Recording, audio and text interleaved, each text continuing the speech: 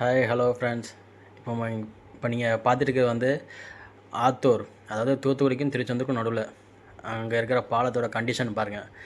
2023ல் இதே சிம்டம்ஸ் தான் இப்போவும் வந்துட்டுருக்கு. அதனால் நிறைய தாழ்வான இடத்துல இருக்கிறவங்கெல்லாம் இப்போ வந்து சேஃபாக இருக்கிறாங்க.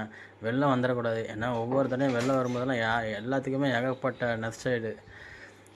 எல்லாத்துக்குமே நிறைய லாஸு. கடையில் இருந்து வீடு சாமான் எல்லாமே இது. அதனால் இந்த தடவை வரக்கூடாதுன்னு ப்ரேயர் பண்ணிகிட்ருக்காங்க. ஆனால் இன்னும் அடுத்த புயல் அடிக்குதுன்னு சொல்கிறாங்க. வந்துட்டுனா கன்ஃபார்மாக 2023 வந்த மாதிரி 24லேயும் வெளில வரதுக்கு சான்சஸ் இருக்குது. ஸோ பார்க்கலாம். இப்போ பார்த்திங்களா, பாலத்தை தொட்டு இப்போ இருக்கிற நிலவரப்படி பாலத்தை தொட்டு இப்போ போயிட்டுருக்குது. நாளைக்கு பௌர்ணமி வேறு.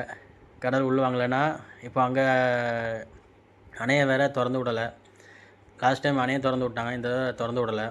எல்லாமே வந்து காட்டாறு தான் இப்போ அங்கங்கே லீக் ஆகி அப்படியே எல்லாமே இப்போ வந்து புன்னக்காயல் கடற்கரைக்கு எல்லாமே இப்போ போயிட்டுருக்கு தண்ணி ஃபுல்லாக. ஸோ இதுதான் இப்போ இருக்கிற கண்டிஷன்.